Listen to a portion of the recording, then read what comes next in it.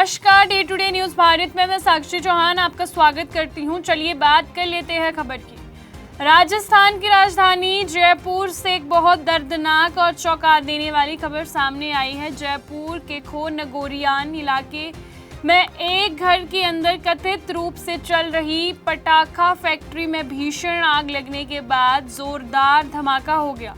इस हादसे में 3 लोगों की मौत हो गई जबकि कई अन्य लोग घायल हो गए हैं और धमाका इतना जबरदस्त था कि पूरे इलाके में दहशत फैल गई और लोग अपने घरों से बाहर निकल नहीं पाए। जानकारी के मुताबिक ये हादसा मंगलवार दोपहर उस समय हुआ जब घर के अंदर पटाखा बनाने का काम चल रहा था। अचानक आग लग गई और कुछ ही पलों में वहां रखे विस्फोटक पदार्थों में आग लग गई।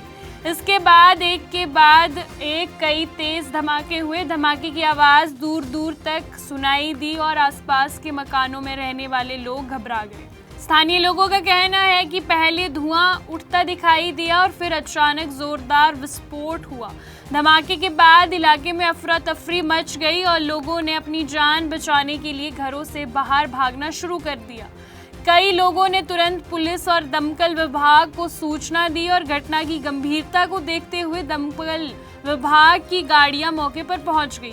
पुलिस, सिविल डिफेंस और जिला प्रशासन की टीम भी तुरंत घटनास्थल पर पहुंच गई। आग पर काबू पाने के लिए और लोगों को सुरक्षित बाहर निकालने के लिए युद्ध स्तर पर राहत और बचाव अभियान शुरू किया गया। जयपुर कलेक्टर ने हादसे में 3 लोगों की मौत की पुष्टि की है, वहीं 5 घायलों को तुरंत अस्पताल पहुंचाया गया। घायलों को जयपुरी अस्पताल और एसएमएस अस्पताल में भर्ती करवाया गया। इसमें से कई लोग 50 से 70% तक झुलस गए और उनकी हालत जो है काफी गंभीर बताई जा रही है। डॉक्टरों की विशेष टीम लगातार उनका इलाज कर रही है। अगर बात प्रत्यक्षदर्शियों की जाए तो प्रत्यक्षदर्शियों के अनुसार विस्फोट इतना शक्तिशाली था कि मकान का एक हिस्सा पूरी तरह क्षतिग्रस्त हो गया और आसपास की इमारतों को भी काफी नुकसान हुआ है। धमाके के बाद पूरे इलाके में धुएं का गुब्बारा फैलता नजर आया और कुछ समय तक लोगों में भय का माहौल बना रहा। फिलहाल प्रशासन की टीम मलबे की जांच कर रही है और आशंका जताई जा रही है कि मलबे में अभी भी कुछ लोग फंसे हो सकते हैं। इसी वजह से बचाव कार्य लगातार जारी है। हर हिस्से की सावधानी पूर्वक तलाशी ली जा रही है ताकि कोई भी व्यक्ति अंदर फंसा न रह जाए। इस हादसे ने एक बार फिर रिहायशी इलाकों में अवैध रूप से संचालित हो रही फैक्ट्री और सुरक्षा व्यवस्था पर गंभीर सवाल खड़े कर दिए हैं। प्रारंभिक जांच में सामने आया कि जिस मकान में धमाका हुआ वहां घर के भीतर ही पटाखा निर्माण का काम किया जा रहा था। प्रशासन ये पता लगाने में जुटा है कि इस काम के लिए अवैध जो थी अनुमति ली गई थी या नहीं। जांच एजेंसियां ये भी पता लगा रही है कि वे सुरक्षा के कौन कौन से इंतजाम यानी कि उस घर में किए गए थे और क्या विस्फोटक सामग्री को नियमों के अनुसार रखा गया था या नहीं। यदि किसी तरह की लापरवाही या नियमों का उल्लंघन सामने आता है तो संबंधित लोगों के खिलाफ कार्रवाई की जा सकती है। विशेषज्ञों का मानना है कि पटाखा निर्माण और विस्फोटक सामग्री के भंडार के लिए सख्त सुरक्षा मानकों का पालन करना जरूरी होता है।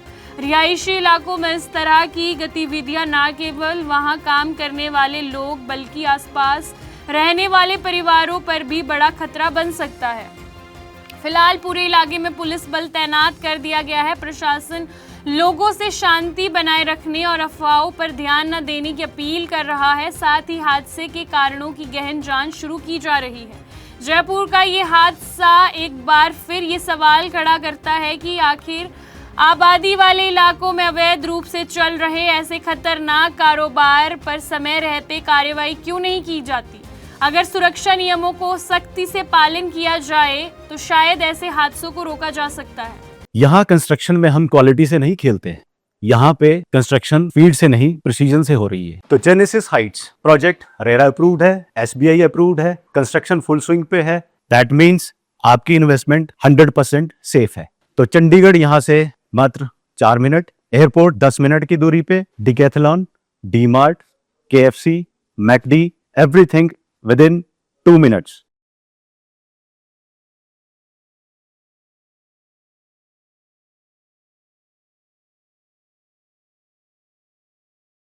फिलहाल पूरे प्रदेश की निगाहें घायलों की हालत और जांच रिपोर्ट पर टिकी हुई है।